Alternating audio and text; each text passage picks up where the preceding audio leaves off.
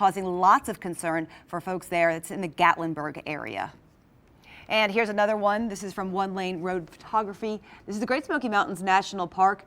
The emergency vehicles there closing River Road right there. This is also near Laurels Creek in the Tremont area. So lots of water out there, lots of flooding happening, flash flooding, regular flooding. Let's check back in on that tornado warning, though, that it's an imminent threat with Jason and Ingrid. Yeah, you know, we've been doing this now since about 10:30. We've, I think, got our first tornado warning, and we've just seen the same areas get hit time and time again with additional rounds of rain and potentially tornadic activity. Yeah, and the tornadoes, as we've been saying all morning, they're not going to be visible. You're just not going to see them. Yeah. And the radars are indicating these rotations inside the thunderstorms, so that's why you're getting a lot of these tornado warnings, and they are serious situations, life-threatening, because there could be damaging wind in excess of 60, 70, maybe high-end 80 miles per hour as these roll quickly through. You saw the video from Spartanburg County where two reports of tornadoes came in around 9:20 to 9:25 this morning, and it didn't take very long for those to occur,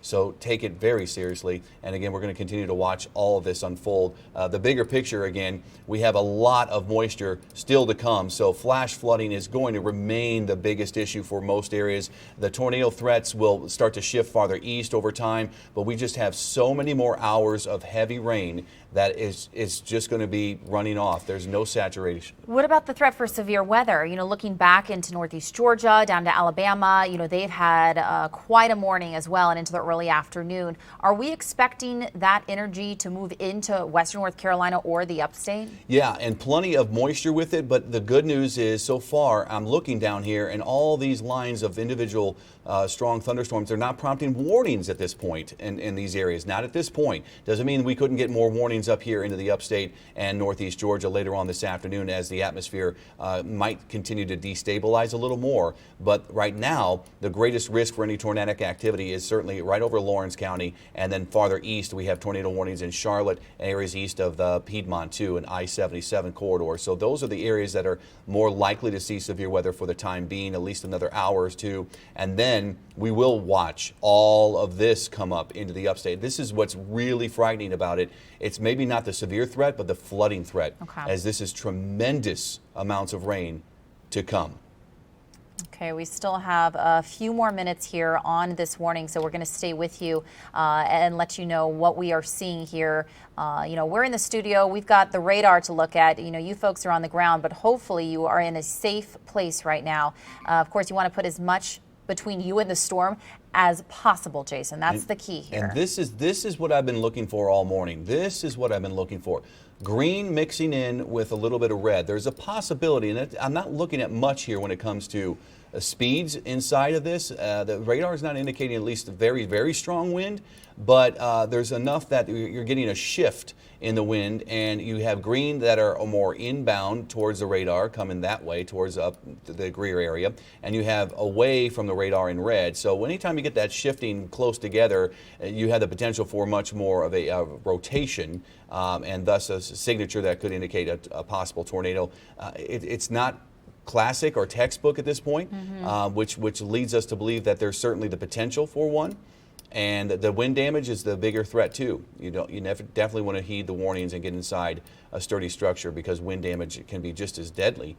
You don't want anything flying around and being outside. So, and again, it's not like we're not sharing all the information we have. The way you find out if it is indeed a tornado is on the ground. So what happens is tomorrow, likely the National Weather Service goes out, looks at the damage, and then comes to a conclusion as to whether or not, yes, that was a tornado, no, that was just a microburst, something like that, straight line winds. Yeah, plenty to watch here. Again, the radar is lit up, as we say, very, very lit up with heavy rain and severe thunderstorms. So still have that tornado warning until 12:30, a few more minutes left on it in Lawrence County. Heads up there and be inside a sturdy structure away from any windows and in the lowest level of your home, basement preferred, or interior closet or bathroom somewhere. And Jason, what we keep watching is they expire, and then minutes later, it's like it resurfaces in another county. Do you see any indication that perhaps areas east and north maybe could see this develop? Yeah, Union County is certainly an area that I'm concerned about right now. Union County would be next in line right in here, the western part, central part of Union County and the upstate. Would be next in line for a possible warning, in my opinion, as the storm makes its way quickly that direction. They're moving 50, 55 miles per hour, so it's not going to take long. They'll cross 26, as some of them have already, and move on into Union County. So don't let your guard down, even though you're looking west or southwest. You're saying, I don't have a warning here yet in Union or Cross Keys. There's no guarantee you won't. There's more of the likelihood that there will be a warning issued at some point. At least the severe thunderstorm. And a tornado watch. You might have seen our graphics or looking at our weather app or our website. What that weather watch means is we still have the potential through the afternoon to see these additional rounds of strong storms. So what Jason is putting on here right now is the tornado watch. So again, it is most likely going to be in parts of the upstate. Again, most likely south of the I-85 corridor. Not expecting to see that here in much of western North Carolina. And that's going to be until at least this evening. Some of them 5 o'clock. Others till 8 p.m. Yeah, a lot of counties involved here in the tornado watch, and just the upstate alone is virtually every county except for Oconee and Pickens County. So that tornado watch, again, as she mentioned, until 5 o'clock this afternoon. And the thinking is that the severe weather threat is going to shift gradually to the east later on this afternoon into areas of the Piedmont and the Midlands of South Carolina, eventually to the I-95 corridor late today. And that's when things get interesting for those folks like Fayetteville, Raleigh, Durham, Greensboro, because it's getting darker in the day, and then, you know, it's going to be harder to see tornadoes. It's going to be reliant mostly on the radar. And the biggest concern for western North Carolina, of course, for the remainder of the day is just additional rounds of rain because we've seen so much fall already. We will continue to see the threat for flash flooding, especially in areas like Swain County, Henderson County, Transylvania County as well, where we've had some reports of some flooded roadways and even a landslide in Swain County earlier. Yeah, and some of the storm reports are still coming up here, and most recently it's been flooding. Flash flooding reports near Brevard and Hendersonville, flash flooding reports in Pickens County already earlier today.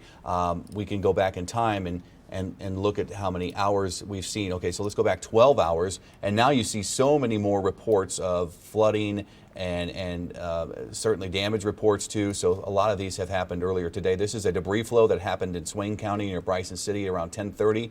That was a situation they had to deal with. There might be more of these debris flows, essentially landslides or mudslides. Again, it's really semantics. It's moving earth down a hillside very quickly, and it's destabilizing, and that's the case in some of these steeper sloped areas, especially as you get into Polk County, western Polk County, western Rutherford County, eastern Henderson County.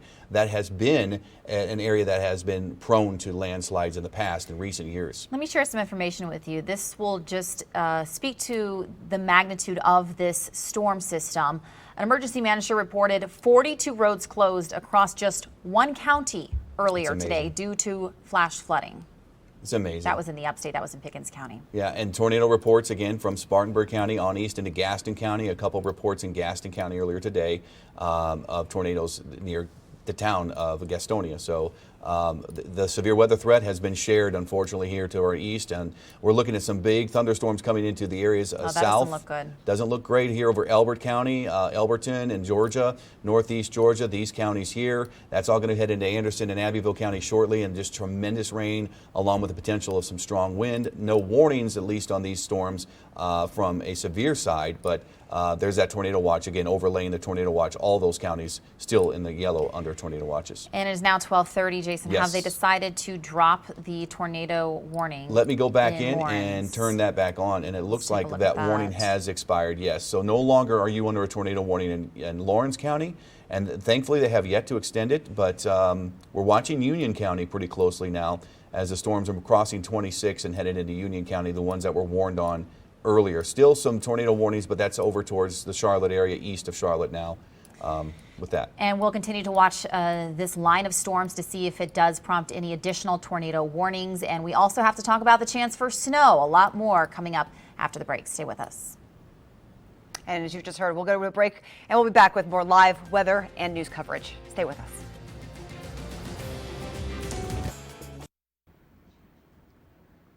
Welcome back at 12:30. We continue to follow the heavy rain and severe weather threat. Flooded roads and heavy rain shut down businesses and restaurants for the day in Tryon. This is in Polk County. Many roads are washed out. Let's go now live to meteorologist Jason Boyer and Ingrid Allstaedt, tag teaming for us in the Weather Center and tracking all of this for us. You guys have been incredibly busy. We have been. So, we're trying to kind of play catch up to let you know how much more rain we could see today, the likelihood of additional severe weather, and also the likelihood of some snow as early as tonight. Can't believe it. We're talking snow. And all this to talk about right now because we have had the severe weather threats already today and still more rain to come. In fact, several inches. And if we go with the radar, we'll show you how much rain has already been falling. A lot of rain has been falling across the area. New reports now of some tornadoes that happened earlier, or just recently, I should say, but that's farther east. That's up into areas like